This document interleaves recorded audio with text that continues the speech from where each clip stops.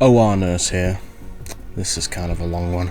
I was taking call one night and woke up at 2 in the morning for a general surgery call. Pretty vague, but at the time I lived in a town that had large populations of young military guys and avid meth users, so late night emergencies were common.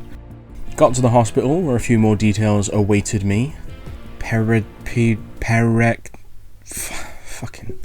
Parectal abscess. For the uninitiated, this means that somewhere in the immediate vicinity of the asshole, there was a pocket of pus. Sorry. Pocket pussy. There was a pocket of pus that needed draining. Needless to say, our entire crew was less than thrilled. I went down to the emergency room to transport the patient, and the only thing the ER nurse said as she handed me the chart was, "Have fun with this one." Amongst healthcare professionals, vague statements like that are a bad sign.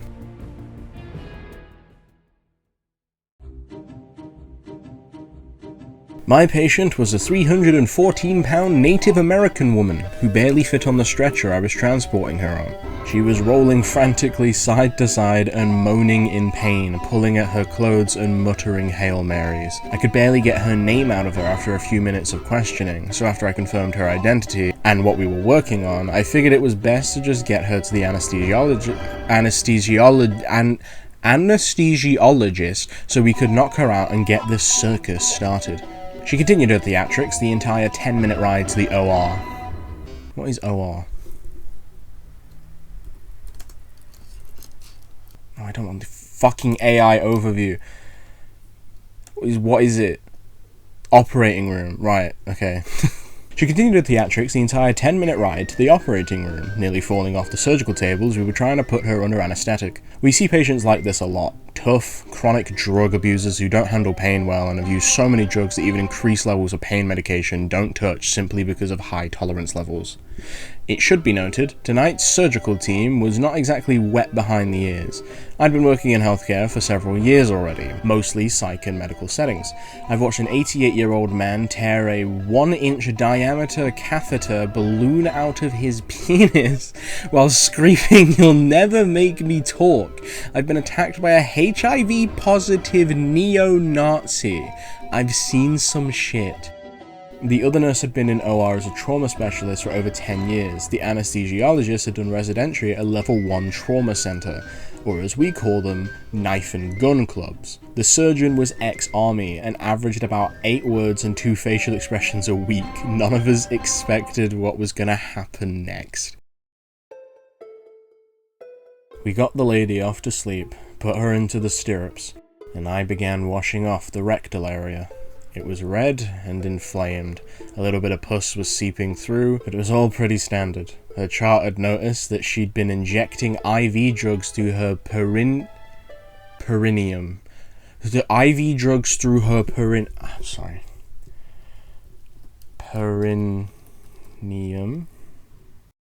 Oh, fuck off, AI. The perineum is the region of the body between the public symphysis and the coccyx. She taint. Right, okay. Her chart had noticed that she'd been injecting IV drugs through her perineum, so this was obviously an infection from dirty needles or bad drugs, but overall it didn't seem to warrant her repeated cycles of, "Oh Jesus, kill me now." The surgeon steps up with a scalpel, sinks just the tip in at the moment. Sinks just the tip in, and at that exact moment the patient had a muscle twitch in her diaphragm, and just like that, all hell broke loose. Unbeknownst to us, the infection had actually tunneled nearly a foot into her abdomen, creating a vast cavern full of pus, rotten tissue, and fecal matter that had seeped outside of her colon. The godforsaken mixture came rocketing out of what little incision like we were recreating the funeral scene in Jane Austen's Mafia. We all wear waterproof gowns, face masks, gloves, hats, the works. all of which were as helpful as rain boots against a fire hose. The bed was in the middle of the room, an easy 7 feet from the nearest wall, but by the time we were done, I was still finding bits of rotten flesh pasted against the back wall. As the surgeon continued to advance his blade, the torrent just continued. Patient kept seizing against the ventilator, not uncommon in surgery, and with every muscle contraction, she shot more of this brackish, grey-brown fluid out onto the floor until, within minutes, it was seeping into the other nurse's shoes. Fuck. Fucking hell. Oh my god, I actually need a second. Jesus fucking Christ. I was nearly 12 feet away, jaw dropped open within my surgical mask, watching the second nurse dry heaving and the surgeon standing on tiptoes to keep this stuff from soaking his socks any further. The smell hit them first. Oh god, I just threw up in my mask. The other nurse was out. She tore off her mask and sprinted out the room, shoulders still heaving, and then it hit me, mouth still wide open, not able to believe the volume of fluid this woman's body contained. It was like getting a great big bite of despair and apathy that permeated this woman's life. I couldn't fucking breathe and my lungs simply refused to pull any more of that in. The anesthesiologist went down next, an NCAA D1 tailback. I'm not even gonna fucking look up what that one is. His 6'2" frame shaking as he threw open the door to the OR suite in an attempt to get more air in, letting me glimpse the second nurse still throwing up in the sinks outside the door. Another geyser of pus splashed across the front of the surgeon. The YouTube clip of David at the dentist keeps playing in my head. Is this real life? In all operating rooms everywhere else in the world, regardless of socialized or privatized, secular or religious, big or small, there is one thing the same. Somewhere there is a bottle of peppermint concentrate. Everyone in the department knows where it is, everyone knows what it is for, and everyone prays to the gods that they never have to use it. In times like this, we rub it on the inside of our mask to keep the outside smells at bay for long enough to finish the procedure and shower off. As such, I sprinted to our central supply, ripping open the drawer where this vial of ambrosia was kept, and was greeted by an empty fucking box. The bottle had been emptied and not replaced. Somewhere out there was a godless bastard who had used the last of the peppermint oil and not replaced a single fucking drop of it. To this day, if I figure out who it was, I'll kill them with my bare hands, but not before cramming their head up the colon of every last meth user I could find, just so we're even. I darted back into the room with the next best thing I can find, a vial of Mastasol, which is an adhesive rub we use sometimes for bandaging.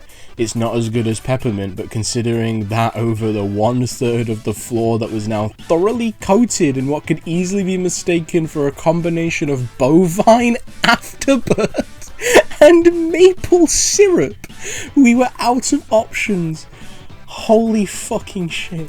I started rubbing as much of the Mastasol as I could on the inside of my mask, just glad to be smelling anything except whatever slimy demon spawn we just cut out of this woman.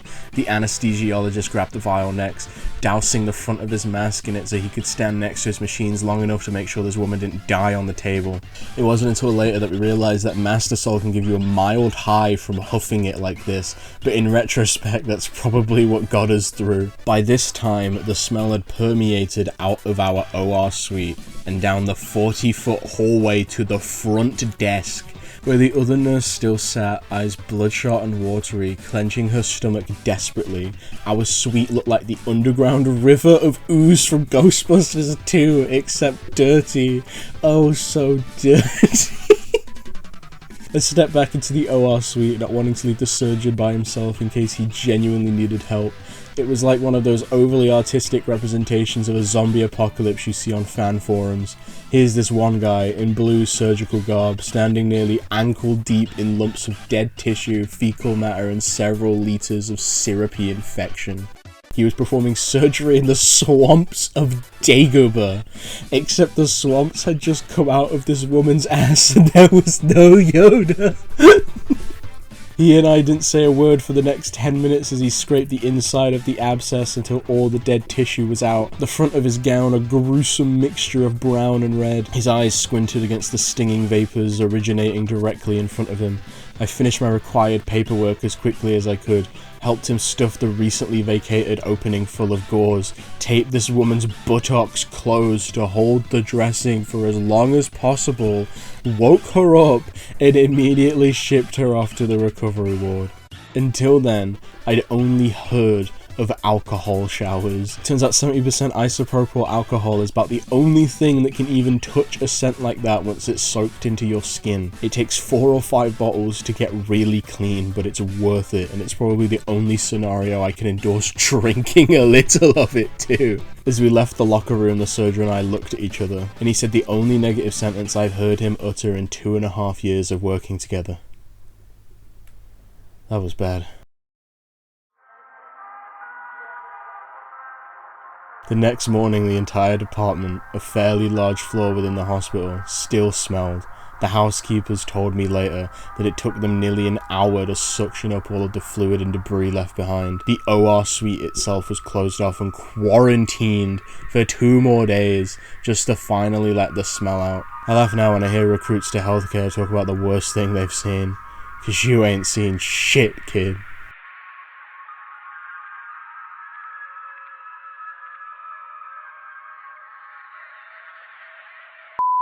I hear you calling me.